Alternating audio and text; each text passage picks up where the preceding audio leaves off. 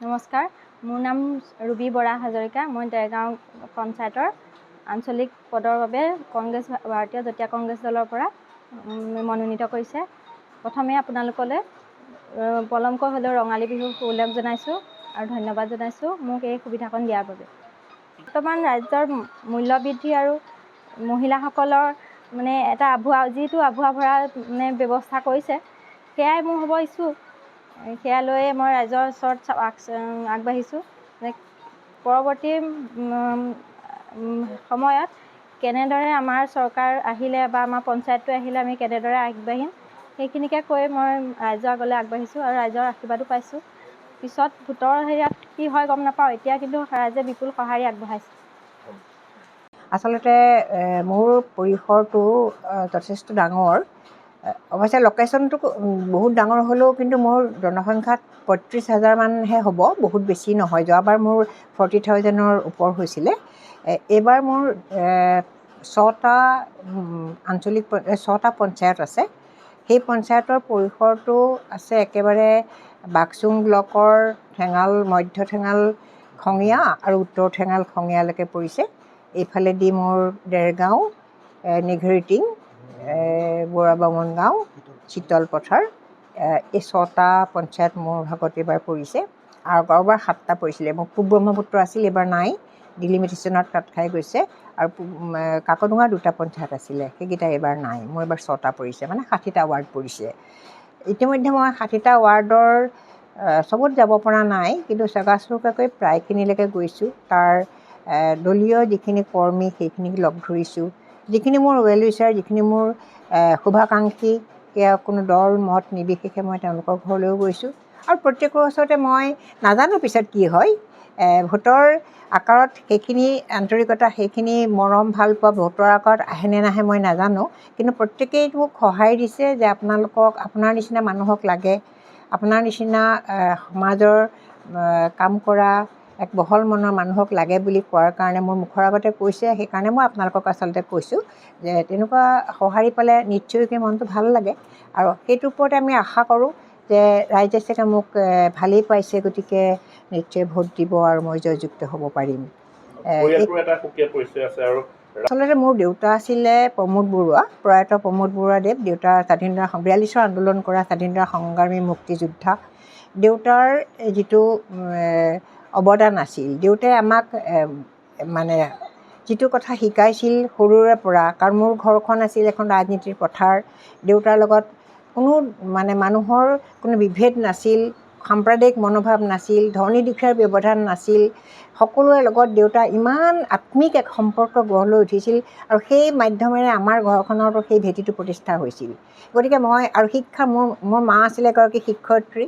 মাৰ পৰা মই শিক্ষাৰ ক্ষেত্ৰত সেই শিক্ষাৰ পথাৰখনৰ প্ৰতি আগ্ৰহী হৈছিলোঁ। মোৰ 4টা ককাই ভাই, মোৰ এজন ভাইটি আৰু 3গৰাকী ভগ্নী, আটাইখিনি উচ্চ শিক্ষিতা, আটাইখিনি বিশ্ববিদ্যালয়ৰ দেওনা পাৰ হৈ আটাইকেইগৰাকীয়ে ডিগ্ৰী গ্ৰহণ কৰাৰ পিছত প্ৰত্যেকেই চাকৰি বাকৰি বিভিন্ন কামত ব্যস্ত হৈ আছে। কিন্তু প্ৰত্যক্ষ ৰাজনীতিৰ লগত অৱশ্যে মইহে জড়িত হৈ আছোঁ, তেওঁলোক চাকৰি বাকৰি ব্যস্ত হৈ আছে। ইয়াৰ লগে লগে মই এটা কথা কিন্তু ক'ম, মই সেইটো গৌৰৱবোধ কৰোঁ যে মই অকল যে শিক্ষকতাৰ লগতে জড়িত এইটো কথা নহয়। মই শিক্ষকতা কৰি থকাৰ লগতে সমান্তৰালভাৱে মই কিন্তু সাহিত্যৰ লগত জড়িত হৈ আছিলোঁ। কাৰণ ইতিমধ্যে মোৰ 4খন কিতাপ প্ৰকাশ পাইছে। মোৰ কবিতা, গল্প এইবিলাকো মোৰ বিভিন্ন সময়ত আলোচনীত বা এইবিলাকত বাতৰি কাকতত প্ৰকাশ হৈছে। সাহিত্যৰ পথাৰখনতো মই জড়িত, সাহিত্য সভাৰ লগত জড়িত, লেখিকা সমাৰোহৰ লগত মই জড়িত। সামাজিকভাৱে মই বিভিন্ন মিটিং, বিভিন্ন অনুষ্ঠানৰ লগত মই জড়িত। ৰাইজে মোক বিচাৰে, আৰু মোৰ এটা কথা আছিল, মোক যলৈকে মাতে, যি অনুষ্ঠানলৈকে মাতে মই সেই অনুষ্ঠানত উপস্থিত থাকোঁ। কাৰণ ৰাইজক নুই কৰাৰ সাহস মোৰ কোনোদিন নাই। সদায় মই য'লেই মাতে ততে যাওঁ। ইয়াৰ লগে লগে মই আধ্যাত্মিক জগতখনৰ লগত মই যথেষ্ট জড়িত।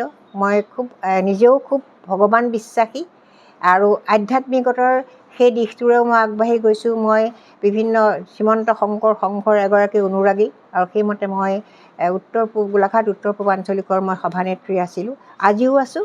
এইবাৰ যিখন আমাৰ শ্ৰীমন্ত শংকৰদেৱ সংঘৰ উত্তৰ গোলাঘাট আঞ্চলিক সন্থাৰ যিখন স্মৃতিগ্ৰন্থ আছিল, তাৰ মই সভানেত্ৰীৰ দায়িত্বও পালন কৰিছিলোঁ। গতিকে মই সেই যে অকল ৰাজনীতি কৰিছোঁ, অকল শিক্ষানীতিৰ লগত জড়িত হৈছোঁ এইটো নহয়। সামাজিকভাৱে, বৌদ্ধিকভাৱে আধ্যাত্মিকভাৱে সাহিত্যিক আৰু আটাইবিলাক দিশৰ লগত জড়িত হৈ থকাৰ কাৰণে হয়তো মানুহৰ মোৰ প্ৰতি এক মৰম আছে, আন্তৰিকতা আছে, আৰু সেই সাহসতে মই ৰাইজৰ ওচৰ চাপোঁ। ৰাইজেও মোক যথেষ্ট সঁহাৰি দিয়ে। মই আশা ৰাখিছোঁ যে অনাগত দিনত মোক ভগৱানৰ সহায় আৰু ৰাইজৰ সমৰ্থনত মই মোৰ এই যি গুৰুদায়িত্ব মোক দলে নিক্ষেপ কৰিছে তাত মই সফলভাৱে ওলাই যাব পাৰিম।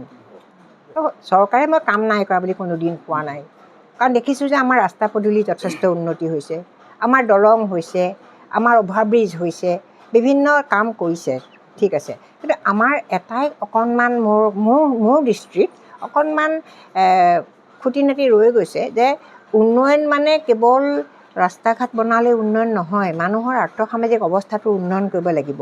এতিয়া এই ক্ষেত্ৰত ক'ব লাগিব যে আমাৰ মানুহে ইমান পৰনিৰ্ভৰশীল হৈ গৈছে যে বিনামূলীয়া চাউল 1250 টকা, এইবিলাকত মানুহ ইমান ক'ব নোৱাৰা হৈ গৈছে, মতলীয়া হৈ গৈছে যে তেওঁলোকে নিজৰ বাৰীটো দুটা শাক পাত কৰিবলৈ পাহৰি গৈছে। যে চৰকাৰে পইচা দিব, আমি খাম, এনেকৈতো এটা জাতি আগবাঢ়ি যাব নোৱাৰে, এনেকৈতো এটা সংস্কৃতি গঠন হ'ব নোৱাৰে। গতিকে আমি আত্মনিৰ্ভৰশীল হ'ব লাগিব, আমাৰ কৃষি কৰ্ম কৰিব লাগিব, আমাৰ এইটো কি বুলি কয় কুটিৰ শিল্পৰ কাম কৰিব লাগিব। তাঁত এখন ব'ব নোৱাৰা হ'লোঁ, আজি আমি গামোচাখন বিহুত কিনি পেলাইহে দিওঁ, কাৰণ আমাৰ মই নিজে তাঁত বওঁ।